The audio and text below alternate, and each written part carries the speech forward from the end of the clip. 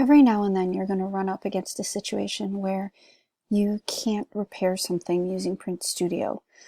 And in that case, you can give printcloud.dremel.com a try.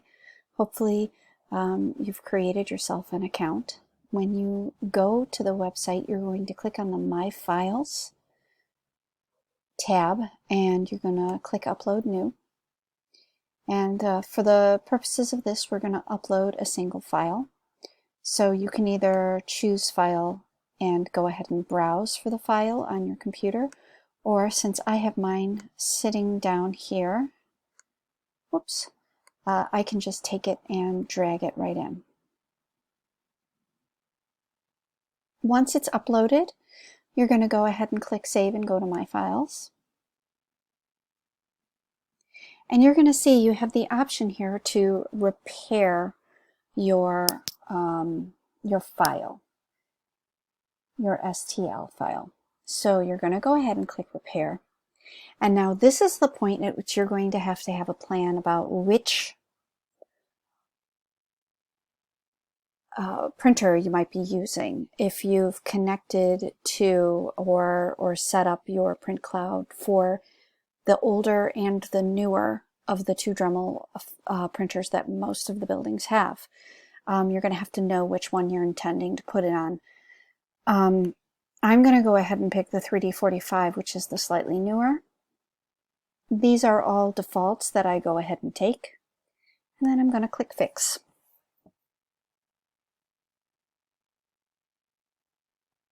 Once your fix is done, you're going to hit the option to close this. And now you can see that you're on the My Projects tab and you have a project open, and you will see that you have the file that you originally uploaded and you have a repaired file. Now, to get that ready to print, you do want to go ahead and look at the layout.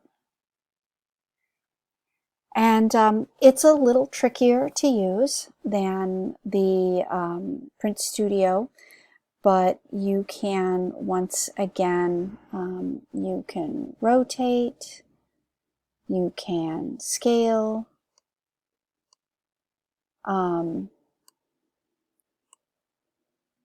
One thing to know about scaling, for instance, if I wanted this to be a little smaller, 80%,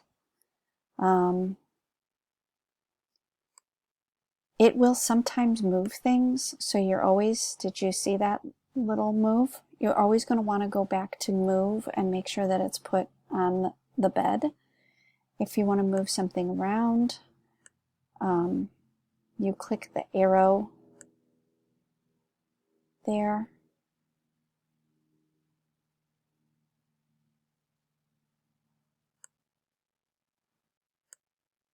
And you can move something around, because you could, in theory, add another file to this file. The printer, again, you have the object. You can see here, I accidentally moved this underneath. It says it's out of the printer box. That's why, remember I said you're going to go back to Move. You're going to want to use that on bed feature, because when you move things around, sometimes you move them where they're not supposed to be. Some of these are over here as well. When you're ready, when you have it all together, let's say you brought in another file and you were all ready to get it ready for the computer, you're going to go Save and Slice.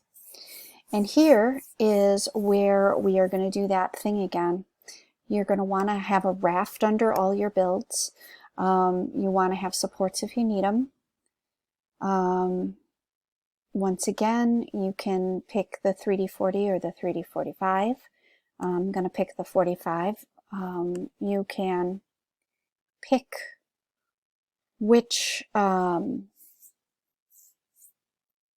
way you want it printed. I usually go with standard.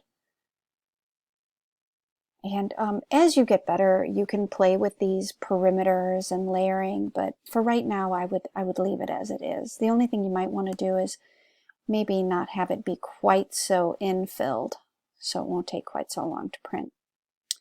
Put your raft on, and then you can slice, or you can slice in Toolpath Preview.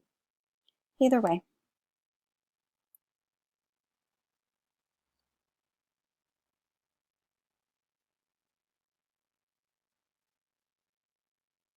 And here is your finished product, all ready to go.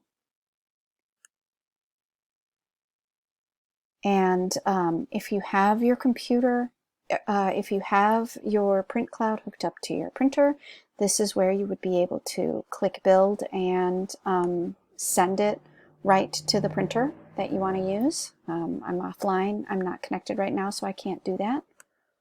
Or I could click on it and it will download the file, which then I could put on a thumb drive and bring over to my printer and physically put it on my printer. So that's how you use Printcloud as an alternative to Print Studio.